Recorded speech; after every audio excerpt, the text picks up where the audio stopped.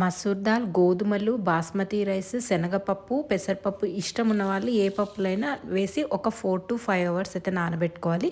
నేనైతే మటన్ని ముందరనే మ్యారినేట్ చేసి పెట్టుకుంటున్నాను. కారం, ఉప్పు, పెరుగు, జింజర్ గార్లిక్ పేస్ట్.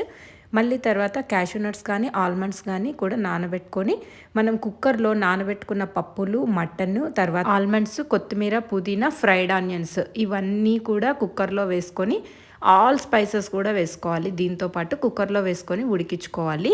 మళ్ళీ కొద్దిగా పచ్చిమిర్చి, ఉప్పు కూడా వేసుకోవాలి. తర్వాత క్యాషూ నట్స్ని కూడా మనం ఫ్రై చేసుకొని పైన గార్నిషింగ్కి బాగుంటాయి. తర్వాత ఉడికిపోయిన తర్వాత మెత్తగా మిక్సీలో పట్టుకుంటే ఇంకా బాగా వస్తుంది. గీలో మళ్ళీ ఒక్కసారి ఇవంతా వేసి కొద్దిగా వాటర్ యాడ్ చేసి కలుపుకున్న తర్వాత ధనియాల పొడి, తర్వాత ఈ ఫ్రైడ్ ఆనియన్స్, పుదీనా, క్యాషూ నట్స్తో సర్వ్ చేసుకుంటే హలీం చాలా బాగుంటుంది. 1/2 kg మటన్తో 6 to 7 మెంబర్స్ తినేంత క్వాంటిటీ అయితే వస్తుంది.